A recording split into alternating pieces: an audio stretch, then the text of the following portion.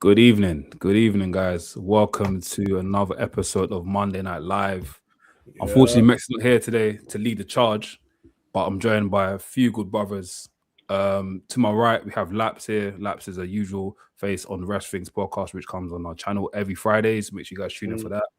I got my bro Gabe, Graps with Gabe. If you guys know Jeez, who this be guy is, saying. big 'em go up. on Get Instagram to right now. know, get to know, This guy, man. Get to know, man. Get trust to me. know. Go check him Be out. saying. And I've got my bro. I'm calling in the president of Monday Night Live officially. My Jeez. boy, the president, Del. Del's back in the building, man. So We said you good boys. Good to see everyone. Good to see everyone. Excited to Yeah, talk man. some wrestling today. Especially excited to talk with Gabe, man. I've been watching Gabe stuff for a while, so it's good to sick. chat with I Gabe appreciate today, it, bro, man. Appreciate it, man. Sick. Legends in the house. I love that. I got my love that. notes, man. I'm prepared. Legends in the house. Legends in the house. So, like I said, there's so much to talk about. I think this topic here is very important to me. I've been speaking about on a podcast for time. If you guys are into wrestling podcasts, this is a topic which I've kind of like spoke about for so long, like the WrestleMania ticket sales and how much it costs and stuff and whatnot. First and foremost, just want to go around and ask a few questions. So the first question I want to ask is, when it comes to like, attending a WrestleMania or even trying to fly out to watch a WrestleMania. I know, Del, you've been to WrestleMania before, or even just trying to pay for pay-per-view or whatnot. I know it's free Netflix now, but what makes you guys want to tune in? What is your main sort of like influence to like go in there and just actually go watch it? If Gabe, you want to go first? I feel like this is probably an obvious one, isn't it? But for me, it's always the actual show itself. It's what you're tuning in for. It's seeing certain rivalries culminate. It's seeing, the like a part one to a rivalry, a part two, maybe even a finale.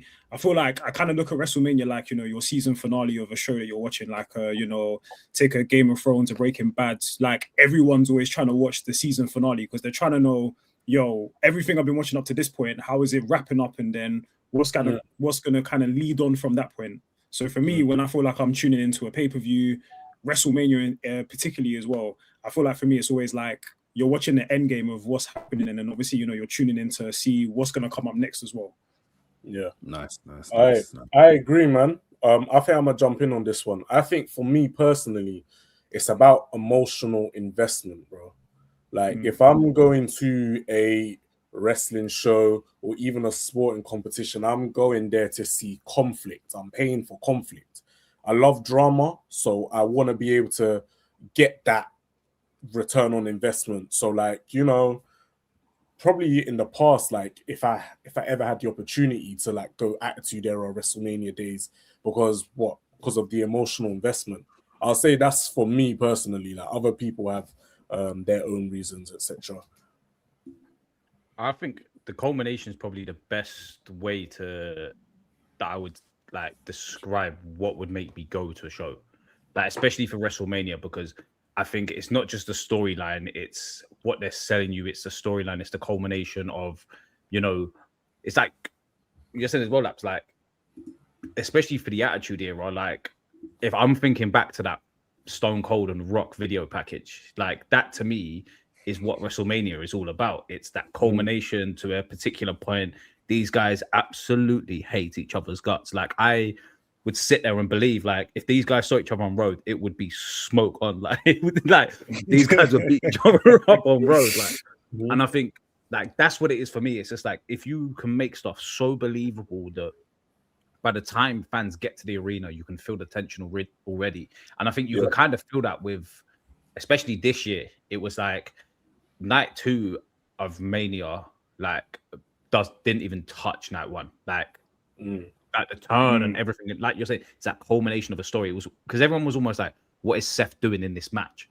To an extent.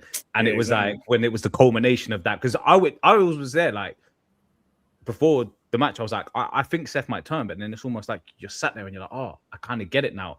He's going to be the one to turn. And it's like you're waiting for that moment. And it's that one particular moment that you're buying into. And I think that is one thing that I think Triple H has not done very well, especially over the past 12 to 18 months.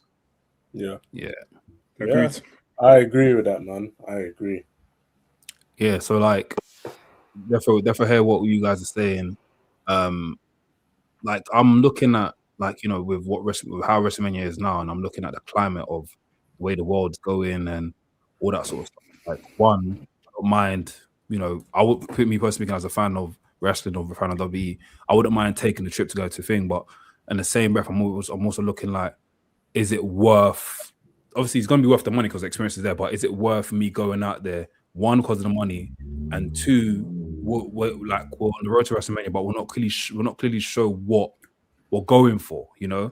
Like that's one thing that's kind of like kind of putting me at hope because, bro, the last I say WrestleMania 39, WrestleMania 40, like when it hit by the time it hit Royal Rumble, we knew the reason why we're booking tickets.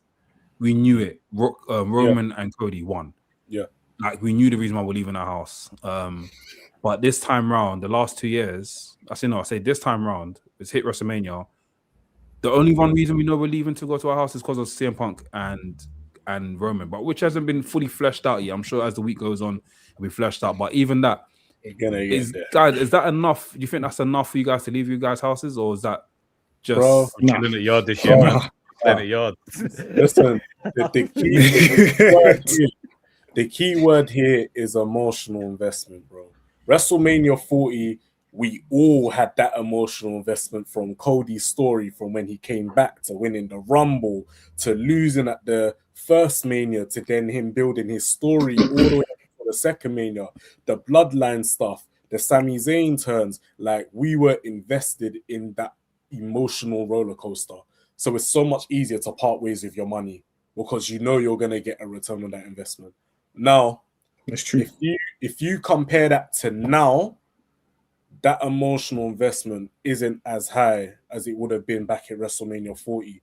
And like, for example, the main event with like Roman Reigns and CM Punk, you've got 2 stars here already, which is good. But the tension isn't high enough. Like I mentioned earlier, I pay for conflict. I'm not seeing enough conflicts to kind of get me emotionally invested.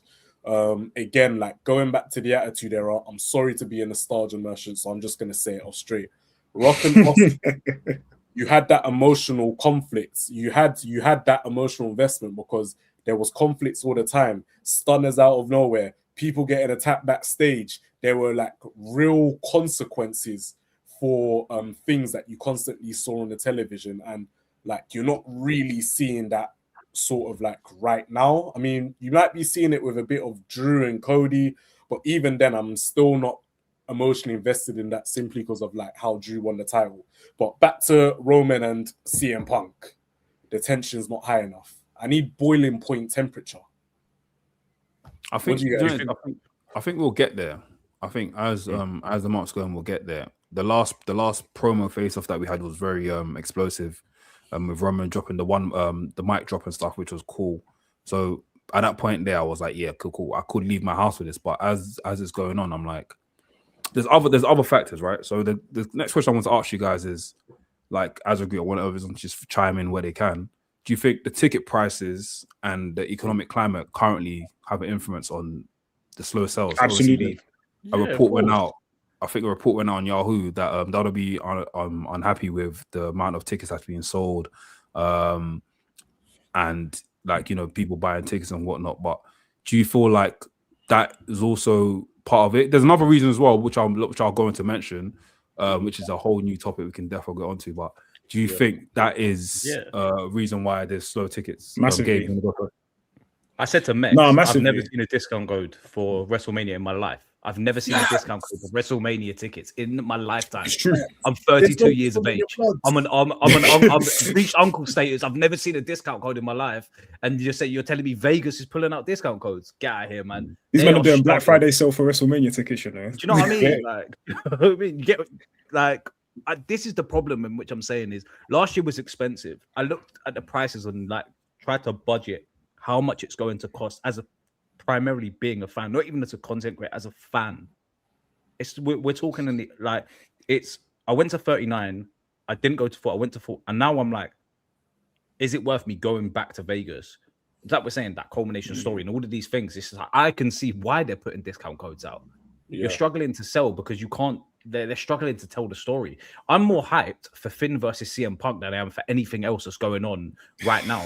And they're invested more in the chamber than they are in anything else. And I get it's part of the road to WrestleMania, but like we're 2 months down the line from WrestleMania and we don't really know definitively what's going on. And I think that then adds to those ticket price. Like when you put the ticket prices up, but the product value is going down, that is a bad investment. Like it's as simple as that. It's true. No, it's true. That's facts. Gabe? I don't know. Sorry. Go ahead. Okay, Laps, if you're ready, you can go. No, Laps, if you want to go, bro, go for it, man. Go for it, man. I was just gonna say that. Look, if it was a situation where like you're going to an expensive city like Vegas, like the affordability there is gonna be quite high, but ticket prices were a bit low. I think people will be able to sort of justify that a lot more. They'll be able to part ways with their money a lot faster. But when you're now saying ticket prices are just as expensive as a flight or accommodation, that's when it's a bit like, do I really want to go to WrestleMania, or can I just watch that from the comfort of my own home and save what, $2,000? I say it's more now. You're looking at the upwards of like when we was there last year. It's not just a show of WrestleMania. It's the entire. You're not gonna want to fly out for just 2 nights of WrestleMania and fly home. It's like, oh well, SmackDown's on a Friday, Wale Mania's here, we've got this, we've got that, and it's just like it then turns into a week holiday. You're in Vegas. Spending a week in Vegas is damn expensive. Like it is damn expensive. And like I'm the sick man. I'm like, I'll be honest, there is a 99% chance I'll be staying home this year, and it's like a culmination of everything that we're saying. It's the ticket prices that. I was excited last year for the triple threat because it was Punk's first main event. Like that part of the story is now gone. It's just Roman's coming back and he's saying, "Oh, you guys couldn't do this without me." But like, I'm not really convinced by none of it. And I think that is when you're asking for thousands of pounds from hardworking people's pocket, it's like the product's getting worse, the prices are going up. It's like the company is the only ones that benefited, and as fans, we continue to suffer from these people, man. And I think it's becoming disgusting. Facts. Gabe? Facts. To be honest with you, I was going to elaborate on basically what these lot said already. To me, when I was thinking about it today, I was like I think for example, like Laps was talking a lot about the Attitude Era, right? And when I think of the Attitude Era, I think back then WWE was a pro wrestling company. Now, to me, WWE feels like a company that does pro wrestling because, again, I think they're selling the experience of WrestleMania versus back in the day, it was like, as a fan, you're going to attend WrestleMania, where now it's more like, oh, there's the Hall of Fame, there's the meet and greets, there's the SmackDowns, there's the Monday Night Raw after Mania. They sell this whole thing as like a whole experience now. And I think this is one of the reasons why the tickets are so expensive, because now it's like they're trying to kind of like invite you into the world a little bit. They got the WWE World thing as well now, which is almost basically like a Comic-Con basically for wrestling as well. I think it's like the whole business structure for them has changed. So that's why as well, I think for us lot as actual fans, there's a lack of investment, because to me, sometimes it seems more like the priority is to shift WrestleMania as an experience versus a pro wrestling event in which you're trying to see the culmination of very important feuds, or you're trying to see top stars going up against top stars, and it actually feels compelling and it feels like something you can actually invest into. Like we've all been saying, the Roman and Punk kind of promo we got on the Monday Night Raw afterwards, it was good. But again, obviously, and I know we're going to get into the other kind of things that affect it as it goes. But I think the problem is like where other rivalries before, it's like they never took their foot off the gas in that sense. It's moving at like a pace in which you're like, yo, this is reaching a boiling point and I'm trying to see where this goes. Where right now it's like Roman showed up one week and then Punk was there next week and he's chatting about an Elimination Chamber match, which is before WrestleMania. But the week before, we're trying to get hyped into WrestleMania.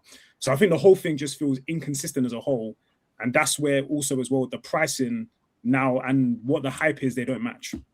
Yeah, I 100% agree. Like, I always look back at the time when, because if I'm honest, like, just to go back on your point, Gabe, like, I do believe WrestleMania in itself is an experience once you're there, which is because you're just meeting new people, you're connecting, you're going to places like Wale Mania, you're going to indie shows. So in general, like, you can literally. I was speaking to Charlie. We got Charlie from WrestlePurists. She was saying that how she went to WrestleMania. She didn't go to WrestleMania. She went to WrestleMania weekend, but she didn't go to WrestleMania. because of just the experience alone. It's crazy. You can actually go to WrestleMania without going there because of the amount of stuff that's happening, like parties. You got people like wrestlers doing comedy nights. Like it's just a whole, a whole thing in itself. But like back at that in what was it 2000 and when did I go? 2023. I think it was 39. Was that 2023? 2023. Yeah. When I went those times, that's the economy wasn't as bad. Like you can literally afford to go to wherever you want to go. For example, our flights were like £500. Our ticket for both nights at WrestleMania was £80. So already, like, I've slashed this year's budget if I were to go to WrestleMania by a lot. You're getting there, you're buying food from like, fast food places and whatnot. You're going to buy fast food places. You're going to fast food places now and you're spending like up to like £20 maybe on a burger and chips. Like there's a lot of stuff happening like where it's like, economically, like it's not making sense for us wrestling. For me personally, like I wouldn't want to fly out there and go there and spend all my salary plus more savings plus more just to go and watch 10 matches, 5 nights on both cards. And even then, you might not even like all the matches as well. You might even be there for like 1 or 2, really, innit? Yeah. There you go. Correct me if I'm wrong. When I went to WrestleMania 39, I think it was 7 matches on both cards. Like it was enough. It felt 39 like, was a good card as well. That was a great card. Logan Paul and flipping Seth Rollins had a match, then KSI came out. Yeah, Bad Bunny had a triple threat match. One of the best matches in Mania history. That's it, Bad Bunny. Yeah, Rey Mysterio and flipping Rey Mysterio and Dominic had a match, and Bad Bunny came out. Like there was so much stuff happening in that show. Cena Theory. Oh my god. Brock Lesnar almost. There's so many matches. I remember that on that thing where I'm like, bro, this was sick. Then obviously WrestleMania 40s where match as well. WrestleMania the women's matches like Rhea and Charlotte. That's a good match as well. Hangover match. Amazing match. £80 a ticket. £80 for both nights, bro. I remember I couldn't believe it. I thought that was even expensive and stuff. I was like, why am I paying £80 for a thing? But I'm gonna buy it anyway. But it was when we went to the next year, and it was like, I think this is where the economic climate had a bit of a shift, and things started to get expensive, like concerts and buying food at these concerts and whatnot. It started to get a bit expensive. I realized that when I bought Kendrick tickets in that same year going to WrestleMania.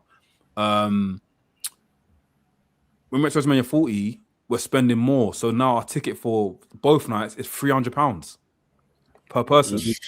From £80 to £300 per person. That's a massive jump. And that was like last minute tickets that we had to get from a friend, and he basically paid the same rate. He gave us a flat rate. I'm like, bro, what is going on? Then you're going and you're paying for accommodation, you're paying for food. By the time you've come back, you've rinsed your salary, you've rinsed your whole salary because it's still the beginning of the month. Yeah, and that's the thing as well. When you're going as well, it's not like obviously you want to actually like enjoy yourself while you're out there, innit? Like, well, you're not going to WrestleMania and you're there having ham and cheese sandwiches that you made in the kitchen. Bro. You know what I mean? You're trying to have actual food. You're trying to drink a beer. You're trying to enjoy yourself. You get what I mean? So at the end of the day, Vegas eats you up as well, man. I'll be honest. Vegas eats you up quickly, and then it humbles you when you're leaving as well. Yeah. You sneeze and $500 leaves your account, man. Yeah, like just like so. Like on this, like my final point is just that, bro. I just feel like for myself and probably for you guys as well, economically, it's not making sense. And on the same breath, like we also have. I always look at this: they can have WrestleMania, and WrestleMania can cost an arm and a leg, but All In AW is coming to UK, and it's money which I don't mind paying. Like I've always said, I don't mind paying £300 for front row seats because I'll get a chair. I'm not paying £300 to sit in the rafters with thing.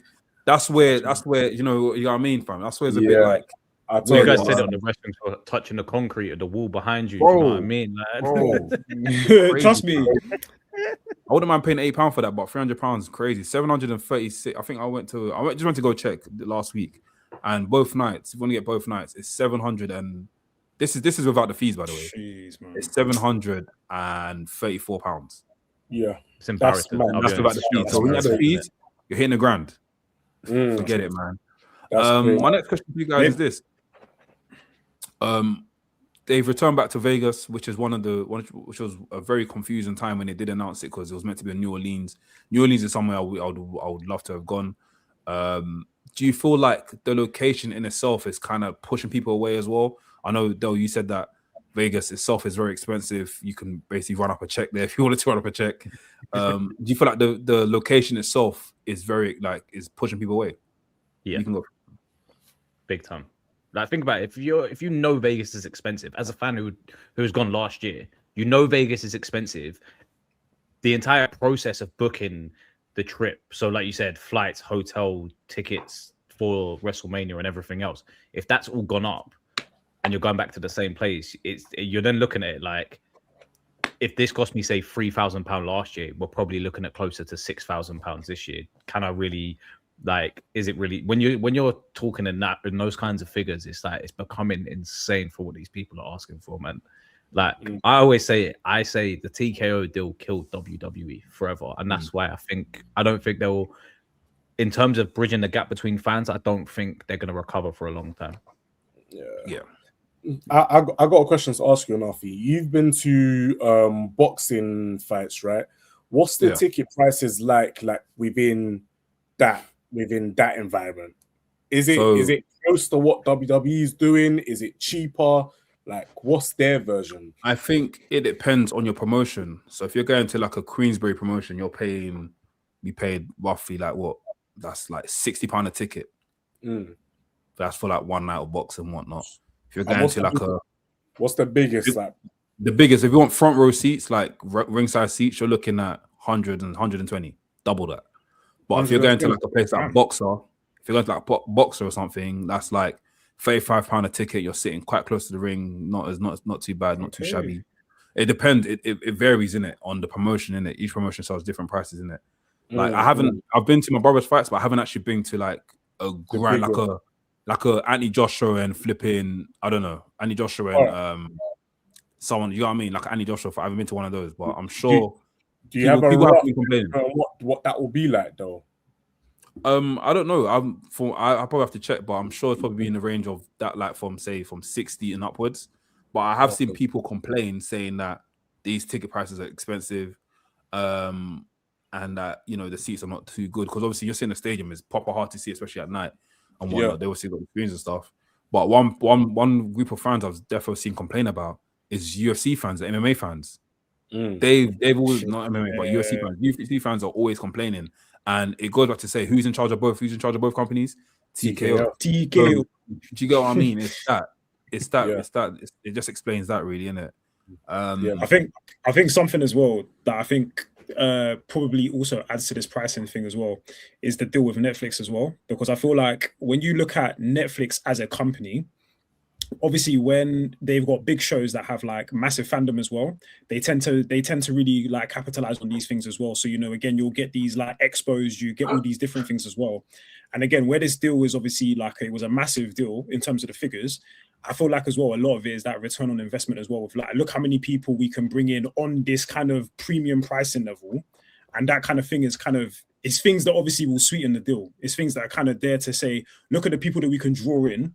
And again, where Netflix is a different kind of structured system. It's not like Sky Sports back in the day, where obviously it's about pay-per-view buys. This is a streaming service, isn't it? So for Netflix, they're probably looking at this like, can WWE draw acquisition for us? Can they get people to actually get a Netflix subscription after they went to WrestleMania to go, yo, this show was so good, like I'm gonna go get a Netflix subscription right now just because of it as well.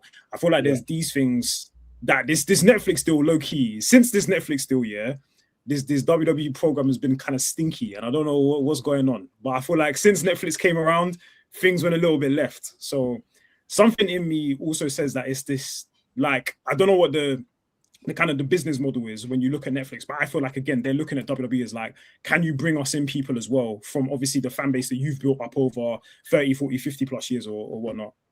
Yeah, thanks. Darren commented, he said, last year outside of the card, there was hype that it was in Vegas and being marketed as one of the biggest ever. Going back there next year, mistake, tourism down, and it's too expensive. Another thing I want to add on that was that obviously it was an anniversary, or like it's been years since WWE went to WrestleMania, went to Vegas to go and do their thing. And I definitely thought that they should have really elaborated on the fact that we've been here before, Caesar's Palace, play on that whole thing. I know it's a different time, but play on that whole road. Maybe I don't know. Maybe it's what they want to get through in it and try and like a different sort of feel and stuff. But even this year, I feel like the branding is still the same thing. If I want to, it basically is. It's the same thing. Like, there's no sort of like when they show the New Orleans symbol with the Rock coming in, which I think is another topic. I think we should do a whole episode on that. I think there's some sort of beef or some sort of disagreements happening in TKO with the Rock and Triple H, because the Rock coming in announcing that he's going to be in New Orleans, and he's coming up to Lil Wayne's themes, one of Lil Wayne's songs. The next thing you know, the week after, we're doing it again. It was back in Las Vegas. Surely there's something happening. There's something happening behind the scenes which we don't know. You know, and I'm sure. I think Triple H is the problem. Like I'm his biggest hater right now. Like this is. Let me put it into perspective like this, right? 3 of the 4 covers for the 2K26 game, Triple H's face on it. The promo for WrestleMania, Triple H's face is plastered everywhere. This guy is making the entire product about himself. As in his role, he is meant to grow the next generation, grow the next superstar, something which he's continuously failing to do. Like, I watched Unreal, and the one thing I've taken from Unreal is Triple H is a dickhead. That is the plain and simple of it. Last season he used Jey Uso as a scapegoat.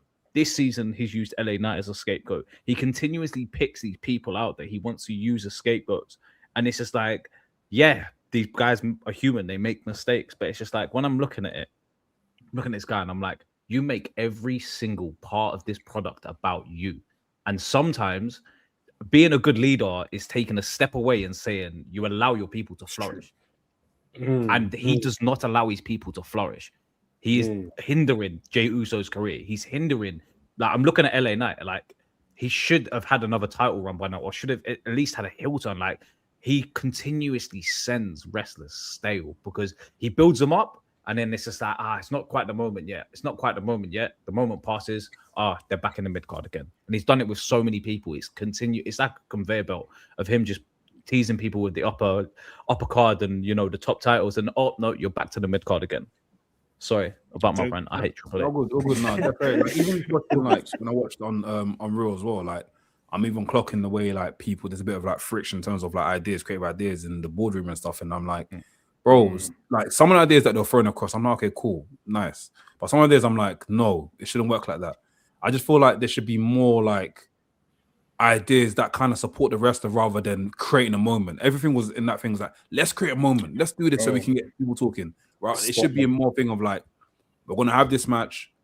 We know our next star is gonna be Obafemi. Let's take Obafemi to the moon. Let's let Obafemi defeat Brock Lesnar at WrestleMania. Then he goes on to win the King of the Ring. Like some sort of like care package. I'm gonna get a care package because we're trying to care for these wrestlers, and the whole package. You know what I mean? The story. So I just hope that. You know, yeah, I mean, this is the thing. Sorry, go ahead, Gabe. No, I was just gonna say. There was even talking about this on the Discord the other day. We were saying about like obviously what's kind of been the shift in WWE's creative, or what's the kind of shift in all these decisions that they've been making. Obviously that we've seen over the last few years. Because again, we're talking about like 2023, 2024, which are like they're like years that rejuvenated this product basically. When you then look at 2025 and obviously the start of 2026, it's just looking stale again, isn't it? And I feel like that's the thing that's happened as well, is that WWE realized that, I don't know if it's like the modeling system of things like social media. Again, looking at a company like Netflix, which obviously they're under the banner of now, but I feel like they've become very moment oriented. It's less about like, let's take you on a journey to get to this point. It's just like, we see that this and this would slap, so boom, let's just make it happen. And then it feels like the way that we get there is very mismatched. So I feel like when you're looking, I feel like even as well, when we're looking at Unreal, one of the boards literally just said like, it didn't even say like matches, it more said like, this person does this, or this person does this thing which leads them to get into the ring with this, or whatever the case may be. And I feel like before we got to Netflix, it was very much more of like, again, the story is going to flow. The story is going to take you to a certain place. There's going to be moments where it's like, we've done this and it unlocks this layer of this. Where now I feel like it's just like, it's just boom, this happened. Yeah, it's really great. This is a moment that went viral. I mean, that clip of CM Punk and Roman Reigns in War Games, the one when they're in the cell. Bro, if you go on Instagram, that thing's got like nearly 100-something million views, bro. I feel like stuff like this gets to their heads. Yeah. I feel like stuff like this gets to their head, and then they go, right. So if 10 seconds of CM Punk and Roman Reigns being in one space is going to get us that many views. Do we really need to spend this much time over 8 to 12 weeks getting to WrestleMania actually telling a story versus this clip's going to get us 100 plus views, 100 plus mil views? Gabe, you're absolutely right. It's definitely a moments thing that they're focused on right now. But I think the reason why they're so focused on moments is, does it make money? If you mean to tell me a segment of Roman Reigns and CM Punk just talking or having a face-off is generating bare views, viewership is equal into money, they're going to spam that, bro. Because if it's making more money, why am I going to waste time trying to create something long-term and spend more money doing that and not know what the future payout's going to be? Whereas I could just do a quick moment, that's instant money. And I think that is essentially what they're just doing. Unfortunately, the moments are what's making the money as opposed to the long-term storytelling. Does that make sense? 100%. Yeah. Like, I feel like it can both can work hand in hand, innit? Like, we look at, back in the days of like Lassie been saying, Attitude Era, Ruthless Aggression Era, moments can be made. Moments can be made. Yeah. But they can be made from crazy, like good stories. Like, we look at one of the greatest moments for me in WrestleMania history, Rock versus Hulk Hogan, WrestleMania 18. That was a great moment. That face-off alone, I can't lie, if you put that face-off on social media, if that happened today, if that match happened today, like literally WrestleMania this year, you put that moment on social media right now, and you said Rock versus the Icon versus the Immortal, bro, that's gonna fly. But in the same breath, there was also a great story leading up to that. Yes. Do you know what I mean? Hulk Hogan trying to, come away from NWO, Hulk Hogan trying to, not Hogan, The Rock trying to like show that, I can be on your level. There's just so much stuff in it. Even to the point where even in the match, bro, Hulk Hogan, they're booing The Rock and cheering Hulk Hogan. Yeah. Double turn mid-match, bro. That's the culmination right there. Bro. But that's the perfect balance, bro. Yeah. I hate to say it, but I don't want to, obviously, I really miss, I hate to say it, I really miss the era of Vince. I really miss the era of Vince because I feel like Vince was... Do you know why? Vince ain't social media savvy, bro. He's not like... you know what I'm saying? We just want Uncle booking, that's it. You don't know Snapchat. Man's still using analog TV, bro. So people say he ain't got internet. Yeah, but yeah, I think I see it as that there was much more like investment and stuff, and there was more like, cool, can it happen? Like, we look back at last year, right? WrestleMania 41. One of the biggest moments for Jey Uso, him becoming the World Heavyweight Champion. We spoke about this in the last podcast. Like we said, that match should have literally been the match before the main event. I don't care whatever match was up before the main event. It should have been a main event style match because this is a big moment, a big shift, one of the biggest belts in your company. You're putting at the second place. I get if it was Roman, and Roman's had a, like, for example, they done in the past, they done, I think they done Seth, was it Seth versus Brock Lesnar? And it was second match for the title. Was that? They've done, was it that match? Is it Seth Drew you're thinking of? When Damian Priest cashed in? Yeah, okay, no. I'm talking about, there was a match, I think it was like with the, what was the one with the play button? Was it the play button? Oh yeah, that's Mania 31. But I don't think that opened with that was the main event though. Roman. What was the one that opened with Roman? Steph and Brock. You're thinking of WrestleMania 35. That's the one you're thinking of. Yeah. Yeah, that was a title match. The one where it was Seth and Brock that opened the match, that opened the show. Yeah, and that was for the belt. Yeah, right? That's 35. That's 35. Yeah. So like, I don't mind stuff like that because Brock's already a made man, the stories, whatever. But I feel like for Jay, this is a coming of age story. This needs to be something that you put into the. This needs something that you put in the middle of the show, not even middle of the show, the end of the show, where it's like, can he do it? Gunther's gone around, been a great champion for time. This is his time to this is Jay's time for him to go on top and make it happen. But also as well, that was obviously WrestleMania when it was the one night model. So I feel like back then, when it was the one night model, right? Because you always had 2 world title belts, or obviously for the most part you had 2 world title belts. One of them always had to be kind of down the card in it, because obviously that's the way that has to be in it. There has to be one title match that had to main event, whether it was a title match or whether it wasn't. But obviously with the 2-night format, there's so many things about this 2-night format that can be questioned. Like, number one, Why does only the men's Royal Rumble win the main event, the WrestleMania, yeah. and why does the women's not? But again, and that's the problem is the model that they keep doing. It just keeps changing too many times, and I think the problem is it starts becoming inconsistent because I feel like when Seth and Drew had the match at WrestleMania Night 2, it made sense because again, this story that they were telling all throughout the show, where Seth was injured and different things like that, so it made sense that he main events Night 1 and then he has to go into Night 2, and obviously he's hindered because he was wrestling the night before.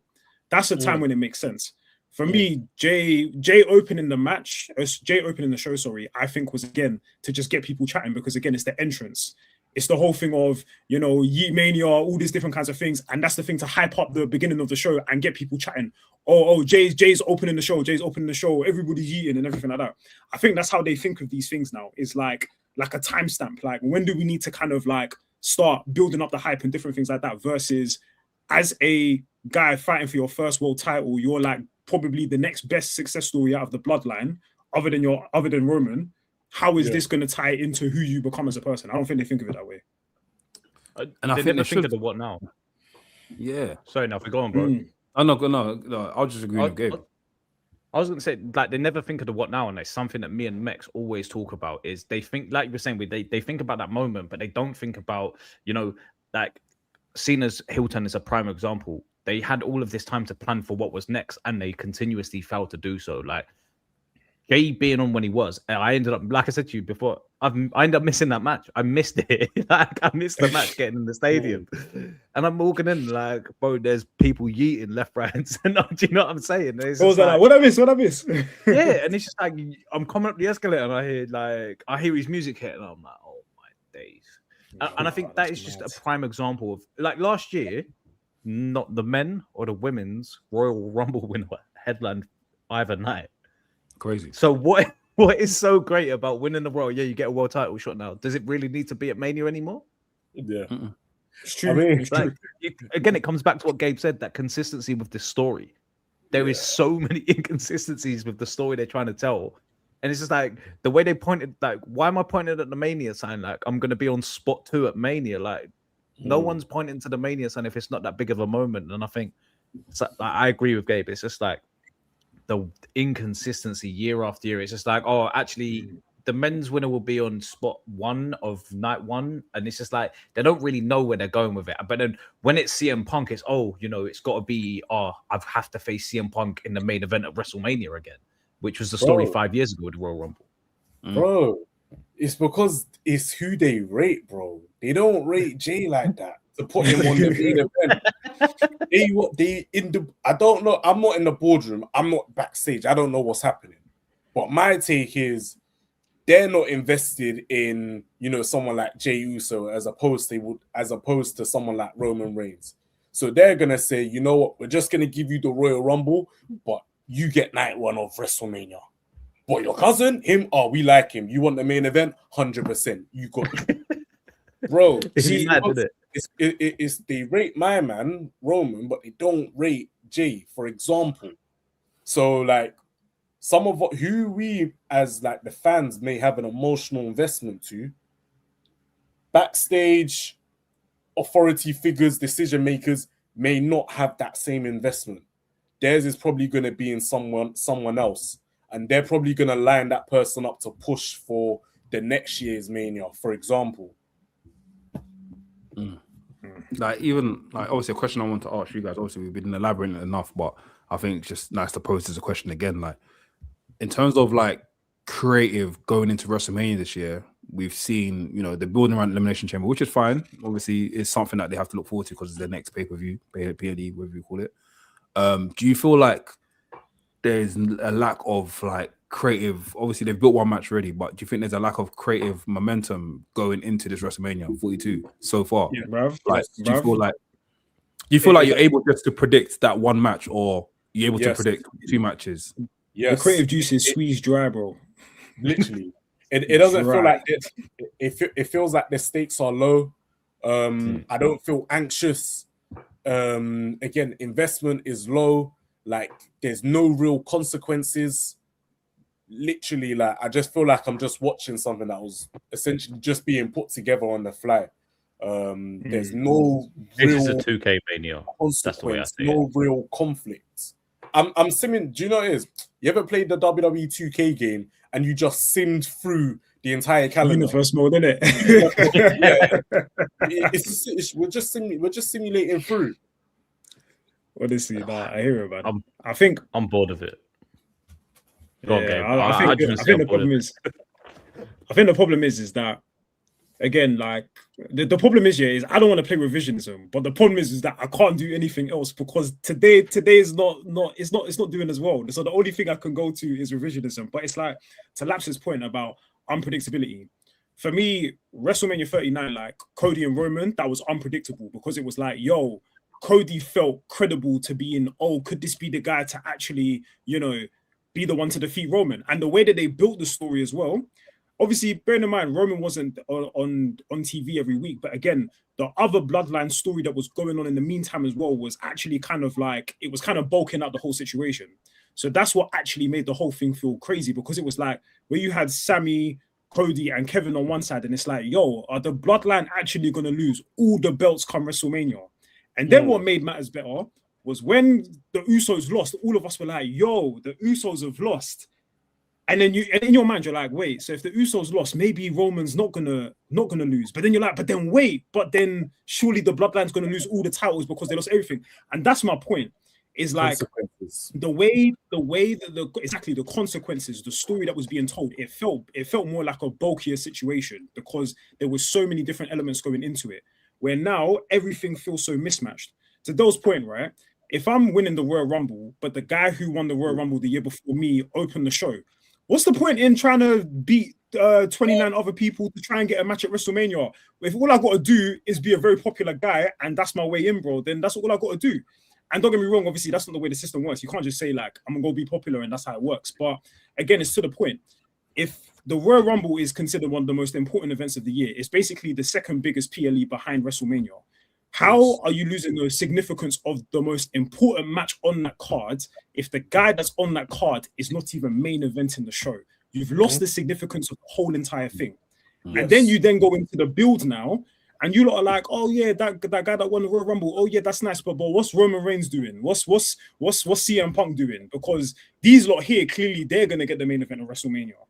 And I think this is a bigger conversation around, I feel like the whole thing of peeling back the curtain, like WWE Unreal, doing a lot of podcasts and different things like that, where they're talking about the business.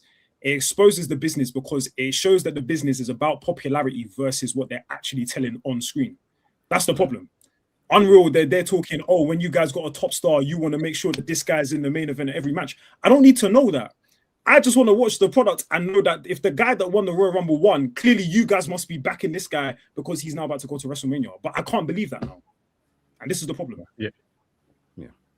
I definitely do feel like Untold has definitely like messed up the lines between a lot of stuff like that, even just to build, even the whole thing of like the back scenes of WrestleMania and whatnot, like it has definitely messed up. My next question to you guys is this: like, do you think there's been a change in like fan habits or fan sentiments to WWE that's impacting in the WrestleMania sales? Obviously, we didn't mention creative.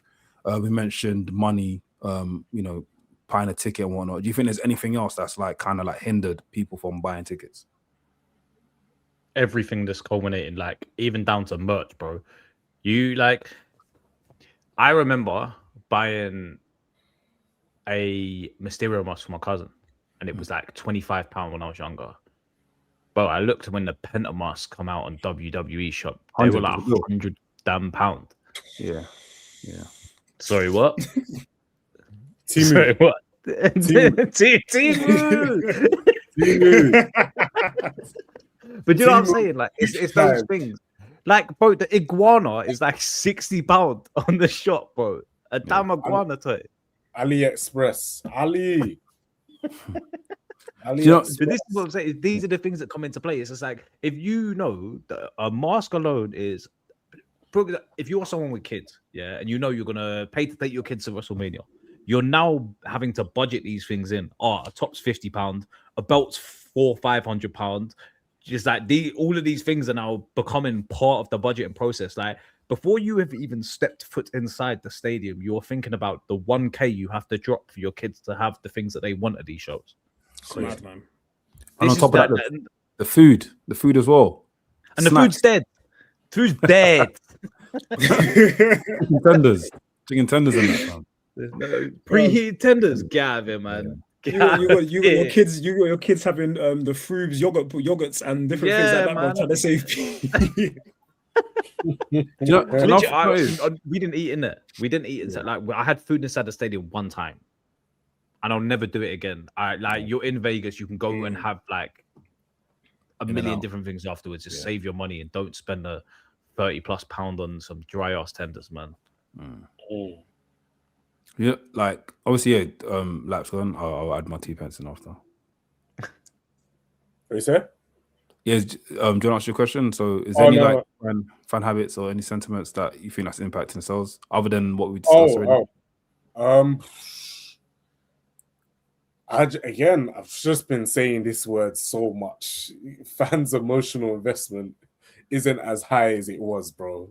Literally. The Cody story we were invested in, what's happening right now, is nothing compared to what we had 2 years ago. Nada. I'll say that's the only habit that's changed. I say social media as well. Sorry to add that bit in as well, but like the way in which, like a prime example is why, like I have to say this because my boy Tyrese is the biggest Chad Gable fan on planet Earth, right? And he is the big and. Why Chad Gable never worked as a heel, is because he has social media. Do not tell me you're the nastiest guy and you bully all your friends and then you're wishing your daughter happy birthday on your story. Get out of here, man. Have a burner to do that. Have a burner. But then again, you might get caught like KD. So yeah, exactly. At the end of the day, what I'm trying to say is like that's those social media habits of like unreal. The curtain is just. I don't think, like Gabe, you're saying about the curtain. I don't think the curtain's there anymore. The curtain's gone. It don't exist, bro. It don't exist, yeah. Man. And I think that's the problem. Is like AJ retires and then he does a podcast straight away with Stephanie. This is my point. Like, come on, man. Like, we didn't even get time to miss AJ. Yeah, let us miss him a bit. Travis 70. Like, what the hell, man? Yeah. Like, bro, at the end of the day, I know. Sorry to cut you, Anarfi. Right. I know Taker was joking about, obviously, back in the day, them not carrying Glocks in the locker room and stuff, yeah. But bro, the one point he did have was like the business felt more protected, bro, in terms of like the believability. And again, like Laps has been saying, innit, the emotional investment. And I think to what Del was saying as well about social media as well, I think the other problem is that we're now in a time where, and I think this is more about television, entertainment in general, being like a bad guy or being like a villain in a show, it's more likable than being a good guy. So the problem is now when a bad guy comes on the screen, everyone likes the bad guy because everyone's trying to kind of like figure it out. There's discourse online and different things like that. And I feel like not necessarily the discourse disrupts the ability to believe in a character being a heel. But I think the problem is when you're online and you have that footprint, if you're responding to people, if you're there talking about your personal life, you're kind of pulling away the curtain for yourself, because then it's like at the end of the day, like you said, if you're there wishing your daughter happy birthday on Instagram and different things like that, and put in this lovely big paragraph, but then 2 days later you're on TV telling everybody in the town that you think that they suck. I'm there like, whatever, bro, man. I can't believe you at this point. You get what I mean? Yeah. Because I've seen the sentimental side of you. I can't invest in this guy. Human. Guys, like I know it sounds mad. You're seeing the human behind the gimmick, the character, exactly, and in the nicest way. I don't care about the human. I could care less about the human when I'm watching the product. So it's just like by the actions of they're doing as a human outside in their day-to-day life, it's now impacting how they're being portrayed on this product, man. Yeah, we know too much. We know too much. It's true. Yeah. That's why. Bring back the Glocks in the changing room. That's what I say. Nah, it's true. As much as I know he's the most unbelievable character in the sense that he's hard to believe in, right? The one thing I give Taker credit for is he really did interviews when he was an active wrestler. And again, nobody believes he's an actual dead man. But at the end of the day, the lack of presence that he had in the media, it meant that when this guy came out as the dead man and stuff like that, bro, it felt more protected. Because again, seeing the Undertaker posting up at Hakkasan eating food with Michelle McCool saying, "Oh, love the experience here" and everything like that, bro. This guy kept in silence, bro, and it's made it easier to believe in him. That's the point, man. Like you need a level of of dissonance from who you are in real life and to the character that you play on TV. That for me personally. And even when Undertaker did do it, he was always in character. I remember watching I think it was Live and Kicking.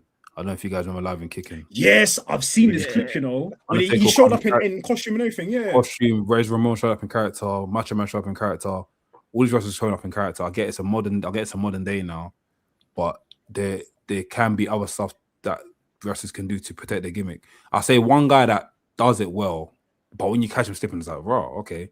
MJF was always in gimmick.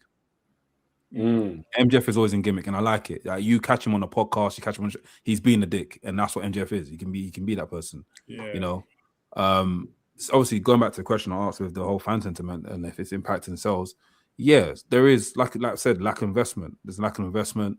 I feel like there's a lot of stuff happening in elsewhere where a lot of people are more invested. It's like, why would I leave my house there to go watch this where I could leave my house to go watch that? You know, that's also part to play as well. Me speaking, obviously, the competition, AEW is slightly heating up now as of on the road to Revolution and stuff. So more people are more invested in that. And they're like, you know, I'd rather not go to there. I'd rather not go there, but and just, you know, rather stay here and watch it. Like even next year, they even saying they're going to Saudi next year, right? Jeez. I did do my research. Yeah. I did do my research. Cheap. Saudi tickets are cheap. And flying out to Saudi, you're spending a $2 bill, $3 bill. So it's weird. It's like Saudi's got that, but why don't you bring that here? Do you got what I mean? Why don't we have it keep over here? It's crazy. Can you imagine if they brought it here? Guys, abandon ship. I mean, when I'm here, I said here. I mean, as in US. Why didn't do it in the US? Why didn't they give that to people in the US? Oh, okay. I was gonna say if you talk about London, I don't want I hate to be that person. I don't want WrestleMania to come to UK. I'm so after especially not London. We can't have nice things. You can't, bro. You can't, bro. Listen, at the end of the day, I said this already. When Sadiq Khan took that picture with Triple H here, this is what people didn't realize. Did you see the size of the belt his brother gave him? That was the Smith's Toy Store WWE belt, bro. Yeah. And people, even me, I fell for it. I got gassed on the time like, hey, bring me to London. Yeah. Brother, I should have known better, man. I should have known better. The chances of Mania coming to London was as small as that title they gave him. You can't even wrap that football teams in the US are getting commemorative belts. This guy brought Sadiq Khan the tiniest little belt, bro. How did we not see the size? He had to put it in his pocket afterwards. Come on. Put it in his pocket. Couldn't even put it over the shoulder, nothing. Literally. Man, and the way they were both raising his arm in the air, yeah. Both their wrists are just covering it, bro. Trust me. Yeah. Do you know what though? To that point though, yeah. I think if WWE actually ever did Mania in the UK, I actually feel like depending on obviously how they're looking at this tourism thing in the UK alone, part of me thinks it wouldn't even be in London, you know. I know they're building these other stadiums as well. Yeah, that's what I was gonna say. I feel like they're building these other stadiums. I feel like if it was going to be anywhere else, it might even be in Manchester. In terms of like traveling around as well, it's horrible to get to Wembley. It's horrible to get in and like O2 is a nightmare. Like if you want to do anything in London, you are stuck in a 20-mile-an-hour speed limit and you're paying extortionate prices for parking. Yeah. Plus, then like it's expensive to get hotels in London already. Imagine what it's going to be like if there's a WrestleMania. Like we're sat here complaining about Vegas prices. Imagine what it's going to be like in London. Like London, I think London would be worse. London, I believe the same because like you're going to have people from Europe flying over as well. So it's not even just the UK. You're going to have all of them man coming. Think about the price of Raw as well. That when it was at the O2, it was like £300 for the first seat in the arena. So imagine what a Mania is going to be like here. Or Raw after WrestleMania even as well. Gee. I was even thinking though, if WWE were to do WrestleMania here, one place I would think that they should definitely hit up because I thought it was a great stadium. I think it's a nice stadium, Olympic Stadium. What is it? Hey, Olympic Stadium or Tottenham Stadium. Tottenham Stadium's proper nice. It's got like a proper. It's quite big. It's second biggest stadium after Wembley. If I'm correct. Mm-hmm. I don't know. I can't really say my facts. Tottenham is 4 ends to do it. Well, I hear it though. It's good. I don't mind it. Yeah, shush movement. Shout out shush movement. I don't know who that is, but That's Tyrese. That's the Gable fan, bro. Oh, yeah, look, Chad Gable's there as well. Big up Tyrese, man. He just commented just now, literally said, I can't lie, I don't think we'll ever get a Mania. Yeah, you're right. 100%, I bro. definitely feel that's true. It's cool, man. We got all in now. Bro, look, you know, for us to get a Mania, the UK is gonna have to bid big money to get that over here. They're not bidding Saudi money to get a Mania, bro. The UK, we've got so many problems here, bro. We will be pissed if they were to say, yep, we're contributing 10 million to bring a WrestleMania to the UK. Bro, Shade Barrow are gonna start asking people questions. Residents, you think this is where we should be putting our money? We'll get people interviewing us outside our houses. You know that they're like, these are the content creators that wanted this stuff to come to London. Which will be plastered everywhere. Don't get me wrong, it will be great because like we're wrestling fans, but like the UK's just got too many problems that it will rub people the wrong way if they're hearing that 10 million or whatever is being given to a company just to do a 2-day event.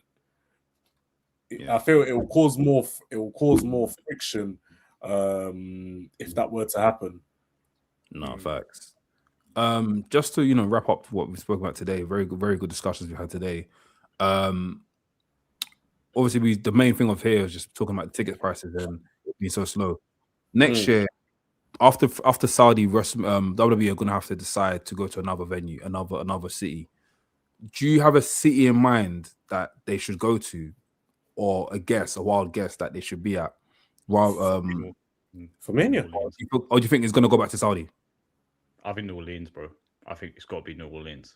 Like, I don't know if for me as well. Anarfi, you were saying about wanting to go to New Orleans. Like, we're talking about the experience of Vegas. New Orleans is a completely different experience in itself. Yeah. And I think for me, I was excited to go to New Orleans. It's a place I've always wanted to visit. So it's just like that. Like novelty goes when you've been to Vegas the year before. So it's just like by going back to these cities with a lot of culture, with a lot of stories to tell, I think that's how they benefit from this.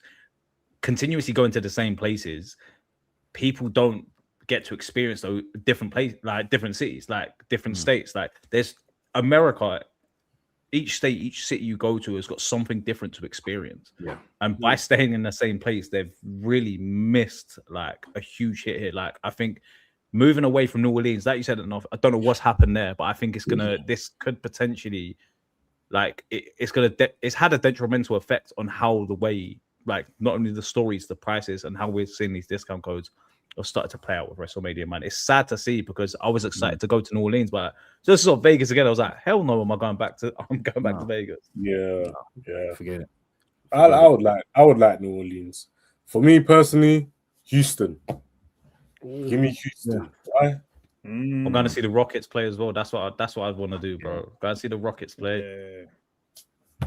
Houston. Do you know what? Yeah, I would say, and this is just purely like, this is not like obviously on a business scale. I'm just thinking more for the actual environment they would be in.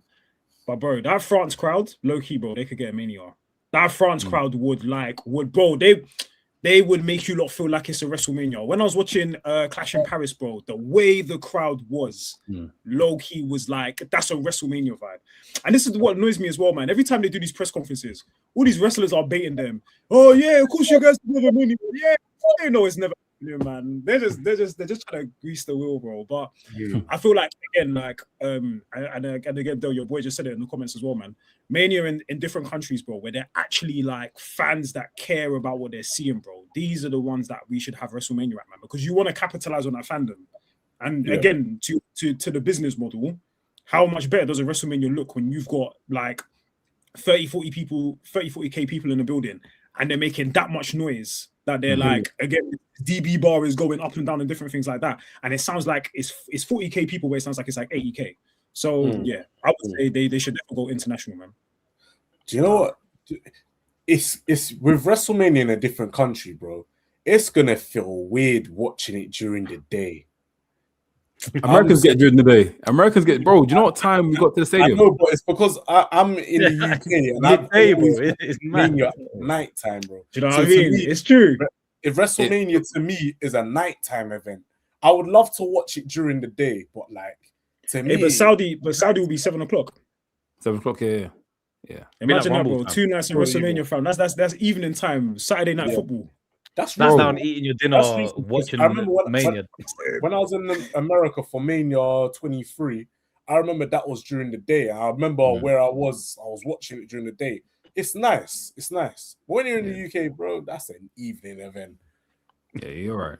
You're right. What was the PLE that they did a few years back? It was an international one. It was on at like 10 in the morning. Was it Elimination Australia? Chamber?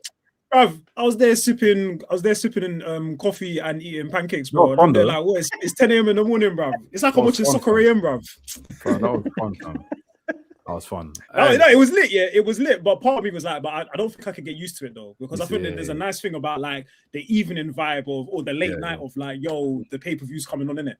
Yeah. Do you think the experience is different for that with being a UK fan? So like for me personally, with my friends, it's everyone meets up, we get pizza or something, all the food together, everyone links up and does it. Do you like if it's during the day, would you do? Does everyone go out for lunch and then come back home and watch it? I think we've done one during the day, but it wasn't. I wouldn't count the day, but basically we had Money in the Bank when Money in the Bank UK when it came to London and we couldn't get tickets, so we done like a little watch party, but we got there early, so I think the doors open at 4. We created a vibe, done a quiz night, then we done like some sort of like music playing, then the string started at like say 5, and that kind of felt good because it felt like an event. Do you know what I mean? Like for an experience that we were saying earlier. Just to add to that as well, yeah. And I'm saying this like earnestly, yeah, from the heart, yeah. The WrestleMania 40 watch party that we had at Loading Bar, yeah, bro, that is probably one of the top 5 experiences I've ever had in my life going to any event ever, bro. Because I'm being for real. The energy in the room throughout the whole night, bro, was amazing. And that's what's good about the nighttime thing as well, is because, bro, the whole day, yeah, bro, you're sat there in your thoughts, bro. Sunday's going about, yeah, everyone's there doing whatever, and you're just sat there like, bro, is Cody gonna beat Roman or what, bro? You're lost in your thoughts, bro. And then you get to the late night, and then it's like, obviously, you know, you're chatting with all the people that you know in the community and stuff, and then, bro, like, when you're all there and you're watching all of this unfold, and obviously, like, Del was there, Laps was there as well.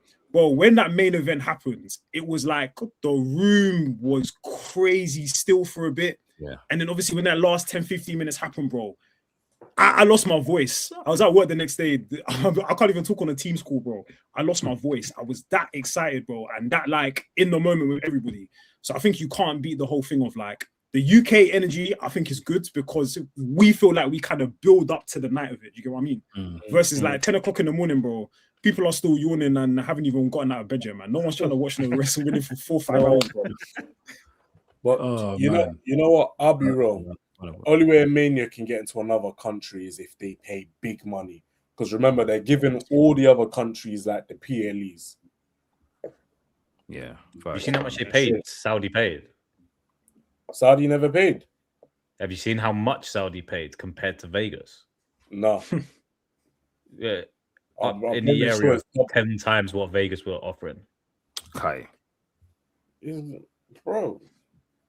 That's what the rumor mill said. Obviously, I went in the boardroom deciding on them numbers. But if it's anything in the region of 10 times what Las Vegas, one of the like predominant places for money in the world, yeah, if they are offering 10 times the amount, I can see why tickets are cheaper. But bro, the way I would say it's £300 to fly to Saudi. The tickets are reasonably priced. It's like it makes more sense for them to be hosting these events because it's like when like to fly to Vegas and do the whole experience is going to cost you more money. It's like it's all silly, man. Like it stuff's getting nuts. 10 times you might. Like, we're talking like double-digit millions is how much they're paying to have that there. Crazy. So essentially, WWE can see that as, you know what, we've technically made money we would have made from WrestleMania anyway with this deal, so we can do ticket prices for cheaper. That makes sense. Because even with ticket prices so high right now, they don't have to sell out the stadium to make the profit. Oh, the game's rigged. Oh, that's the bit like Gabe was saying earlier about the business model of WWE at the moment. The business model of WWE is they win every time, regardless of result at the moment. Whether it's merch, product, whether you're signing up to Netflix, whatever you are doing in terms of engaging with what they even gaming, Bro, I looked at the pre-order for 2K26. Yeah, £140. That's mad. For a game. That's mad. And it's a digital version of the game that you have to pre-order. You can't go into store and pre-order it. So all your pre-order is for pre-order packs. So you don't even own it. No, this is why they're in Vegas. You know what the phrase is in Vegas? The house always wins. This is where we're at. And the house is called Hunter. Yeah. That is... Oh man. Hey guys, honestly, man, been a great episode. Great episode, a great show that we had today. Shout out to you guys, man. Where can they find you? I know your name's in the bio, but if you guys are listening, where can they find you, Gabe? You go, bro. Grabs with Gabe on TikTok, Instagram, Twitter. Yeah, man. Come follow, man. We got vignettes, we got chatting videos, we got editing, man. Come follow, man. And Del, President.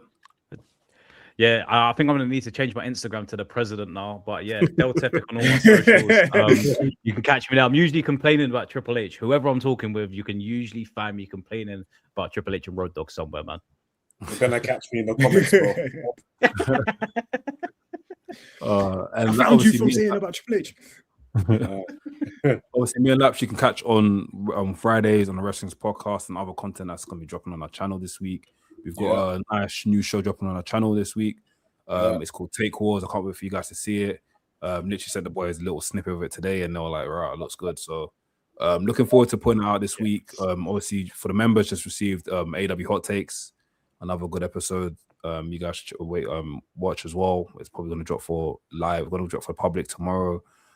So much happening, man. We got this week. We got Nathan Black coming on our podcast as well. Nathan Black, head honcho of PPW, great wrestler, and great ambitious, great businessman as well, man. So we're gonna talk about that as well. And yeah, man. Next week we're back on live. So make sure you guys tune in same time, 8 p.m. Catch us on YouTube streaming, and hopefully we'll see some more familiar faces on this show next week. But yeah, man, I want to close out. And I'm going to catch you guys. We're going to catch you guys next week. So, guys, peace. Have a great week and good night. I might have to let it drop. I might have to let it drop.